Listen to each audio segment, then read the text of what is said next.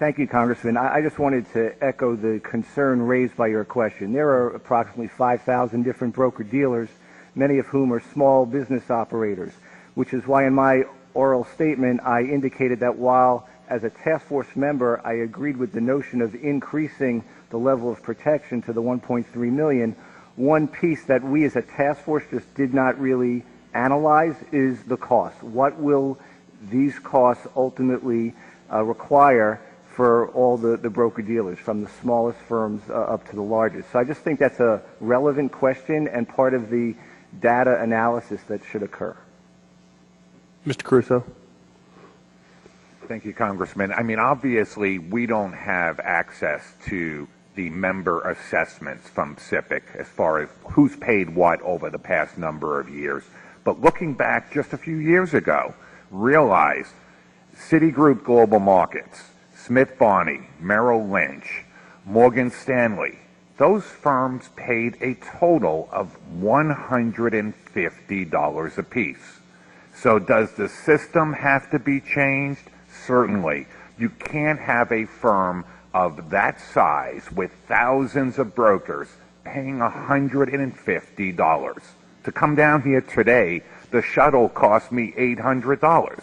Now, at $150 a year, I would have paid my SIPC dues for almost 6 years. That is insanity. And that is what's at the core of the problem today, and why I would suggest a SIPC fund with just one more catastrophe will not be viable any longer on its own or with the Treasury backstop. Mr. Bork, thank you. The question of assessments really depends on what the focus of the fund is to do. If it's going to be limited to where it is now, at least under the current interpretation, that's going to be one assessment. If you're going to expand it to cover potential losses on statements that may be inflated, especially 20 years worth of Bernie Madoff, that's going to be a completely different assessment. I think the committee, the task force, when looking at this, made recommendations not knowing what those costs would be. So we took what was the current law, the Dodd-Frank 0.02 quarter of 1% on revenues, and said that's what the law is now. And what we only did was say, look, it's ridiculous to have 150, at least have some minimum. But I think it's incumbent upon Congress to decide where the parameters are, and I think a lot's going to depend on this SIPC, SEC versus SIPC lawsuit. Because quite honestly, if SIPC is required to pay the Stanford or the accounts stated on account statements, then I would submit to you I've got about $4 or $5 billion worth of Reg D 506s sold through broker-dealers on oil and gas deals and medical facilities that also would be required to pay. What my concern is on the bills is not what you're trying to accomplish, it's that they only cover certain Americans in certain situations. You've got to everybody's entitled to equal protection of the law. If you're going to cover Stanford, which in essence is going to cover an overseas bank, basically turning SIPC into FDIC insurance for an overseas bank, what about one of my cases? Mallory is a now defunct broker-dealer. I put them all in jail. There's no assets, but I've got probably $600 million worth of account statements and folks who invested in U.S. projects that were fraudulent. There is no SIPC coverage for that. I can't give them their money back. Let's cover it for all Americans. But at that point, you have to look at what that universe is. You cannot parcel the universe and say just Stanford or just Madoff, cover it everybody, or decide not to cover anybody, or try and find some level of protection that everybody can participate in. Thank you, Mr. Chairman. Sure. So, just on that last line, I'm sorry, I wasn't familiar with that case. So that was not a securities case. That was in most of that last. Sorry, they were. Yes, they Mallory was a broker dealer out of California. Yeah. It was FINRA registered. However, they specialized in the private placements under Regulation 506, which is exempt from state securities jurisdiction, except for enforcement. There's no gatekeeper function. And what we discovered was that out of Southern California, they were running a operation where they would do multiple 506s. 72 to 75% of all the money went to the company, salaries, bonuses, salesmen. There was never any money for projects. They'd open up a little project, And there was no chance it would ever succeed because there was no money to fund it. And this was a primary fraud. We see the same thing with captive broker-dealers in the oil and gas industry, where an oil and gas developer will set up a broker-dealer and sell only oil and gas placements. DBSI out of Idaho was a real estate pool. How does that come? And that does not come under, would not come under the SIPC then? No, because it's all fraudulent statements with false profits. It's identical to the Stanford situation. Yeah. But if the case turns out that it's covered, then I think all those have to be covered as well. Yeah. And I have a couple of particular questions, but I mean, I guess there goes. But Ms. Bowen actually raised some of that point before as to that there are other classes, there are other activities of fraud that are out there, and we're trying to address where this fraud should be covered. Right? And I appreciate that. Part of the problem in this particular area is where you clearly in Madoff, which is the more infamous one, where you're looking in that situation. There was an expectation. There A was covered, right?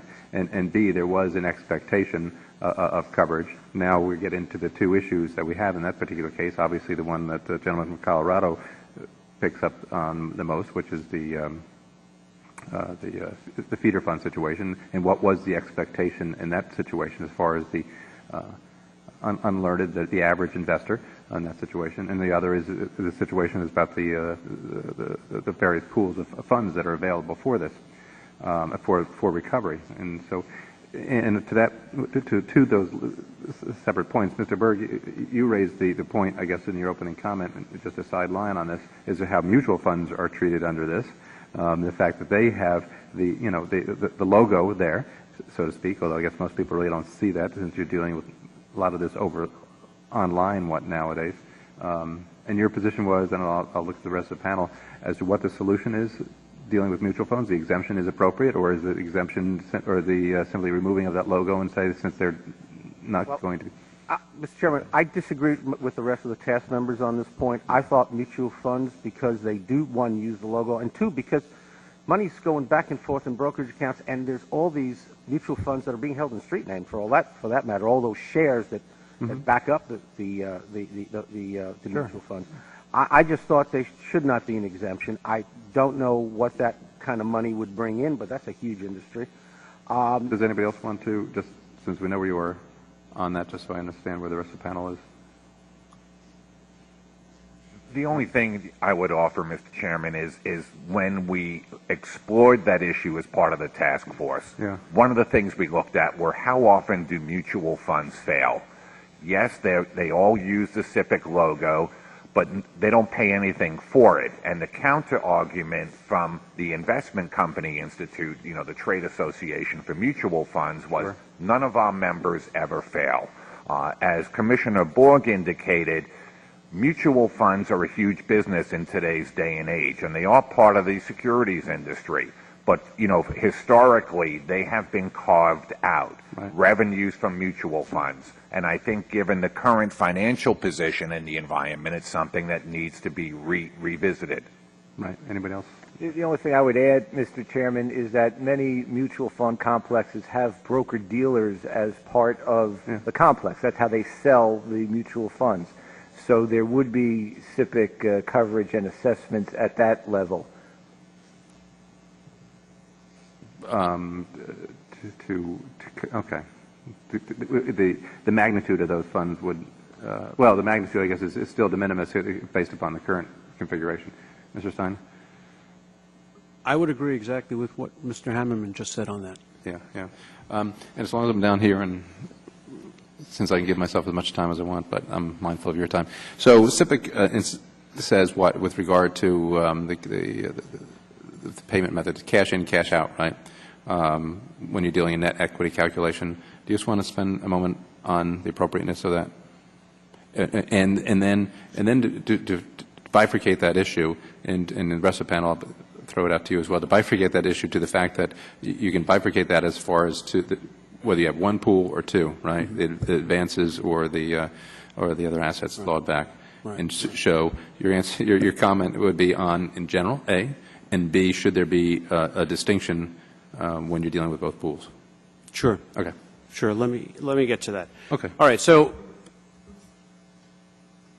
when Congress passed SIPA law in 1970, at the same time that it was moving away from the use of physical securities that you referred to earlier today, it was doing so at the same time it was making an agreement with the American public of offering a degree of assurance that what was going to be replacing that physical security had to be meaningful. It was intended to be modeled on the kinds of assurances that were provided by the Federal Deposit Insurance Corporation, FDIC. In fact, the original legislation was essentially a cut and paste from the original FDIC legislation. But the upshot, it was trying to establish for the small investor, to protect the smaller investor and create a state of certainty so that an investor knew that when we were dealing with something that was on an account statement, it was a true and honest and legitimate reflection of what they owned. Congress made this recommendation amidst a backdrop of failed brokers, of Ponzi schemes, of thefts. The circumstances all existed that we're talking about today in various forms. And Congress still said, we are creating a SIPC fund. This fund is going to protect the net equity based on understood to mean final account statement so that an investor knew when they looked at their statement that they owed something. And it was necessary because, after all, we were looking at protecting the smaller investor, and Richard Nixon's statement when he signed that legislation is a profoundly powerful one. And what it does tell us very clearly is that investors that are in their later years, that are now living on their retirement funds, cannot afford to think that their protections are being reduced by the amount of money that they pull out of those funds. That the profits that their hard-earned savings have made on those funds in those accounts, whether it's at a bank or a financial institution, have to be protected. And that worse still, somewhere down the road, that no trustee can come in 20 years hence and say, no, you've got to give that money back. That's precisely what's going on now. So the SIPC fund itself has to be based upon the reasonable expectations of final account statements. And frankly, if the statements are outrageous or wrong, then we really have to get to whether or not a person receiving those statements was willfully turning a blind eye. And the courts have the ability to say, no, you're getting 40% return, maybe you don't get that protection. But when we come to the issue of the recovery of customer property, and I think that's where so much of the time has been spent, maybe there's a different standard. And the trustee has had the flexibility to apply a different standard and a reasonable standard. And that standard could incorporate the time value of money. It could find some way to equitably determine what the fair distribution would be of the recoveries of those monies. But it should not eliminate the use of final account statement and reasonable expectations on the core of this protection, which is the SIPC fund. So customer property has an opportunity to have all kinds of equitable, rateable methodologies applied to it to come up with a good solution based upon what the trustee sees at that particular time. The fund, however, that belongs to SIPC, the SIPC fund, is inviolate. It cannot be modified or changed. It is what the customer has to be relying upon for their protection. Rest of the panel? The only thing I would add, Chairman Garrett, is the one thing that's been clear from today's hearing is how do you stop this problem? You don't allow people to prepare their own account statements. If Madoff had not prepared his own account statements on one side of his floor, none of this would have happened. So a very simple solution, if we want to keep this from happening again, is I cannot prepare my own statements. That solves the problem. Mr. In Bork. my office, investment advisors are looked at once every 3 years on a rotating cycle. We use a risk assessment. If they have custody and control, they go way to the top of the list, and they're looked at a lot sooner and a lot quicker. If they are strictly financial advisors that just give advice and they have no custody, no control, no physical assets, no physical custody of the property, then they go to the bottom of the list because there's a clearing firm or someone else out there. The comment was made, and we try and encourage at least the investment advisors under our jurisdiction Madoff would have been under the SEC jurisdiction, is that get a clearing firm. Again, I agree. A lot of these problems with these Ponzi schemes, if they're going through either a brokerage or usually an IA, can be eliminated by actually having a dual or triple control, because now you have three entities that have got to conspire to make it all work. Unless, of course, you control all three entities, and as in the Madoff situation where... In that case, I would consider that as a unitary control, because Mr. Madoff actually had control over both ends of his business. There has to be a Chinese wall between the two. Even where there are clearing firms that self-clear, we look at the controls between the two. Usually it's an outside auditor or an outside advisor or some other third party that has to certify that they've looked at those systems and those systems are intact. Have you ever had a case where you have a separated a situation like that where there is collusion, that it doesn't solve the problem, as Mr. Caruso suggests? I have not seen, yes, one time that I can think of. In fact, it gets tied up with that Mallory case because there was a separate organization called Capital Guardian which handled the trust accounts. Okay. In other words, if you had an IRA and there was collusion between the two. There was joint ownership, Okay. but it was so cleverly disguised it took us a little while to find it. Find that, yeah. But it didn't last 20 years. Yeah, yeah. Well, that's because you had good folks over there digging into it on a regular basis, I basis. So Thank they you, Mr. undercover. Chairman. I appreciate Yeah, that. Sure. Well, if Mr. Hurt does not have any other questions, at this time I will dismiss the panel and thank you all very much for your testimony today. As always, there may be and there will be other questions that we would probably, so the record's always open for another 30 days to submit questions to you, so I appreciate the opportunity to do that. And without objection, I'll put into the record from a statement for the record for today from the Financial Services Institute and also from BDA Bond Dealers of America. Without objection, that's so ordered. And again, I very much appreciate this entire panel for your information and discussion today. Thank you.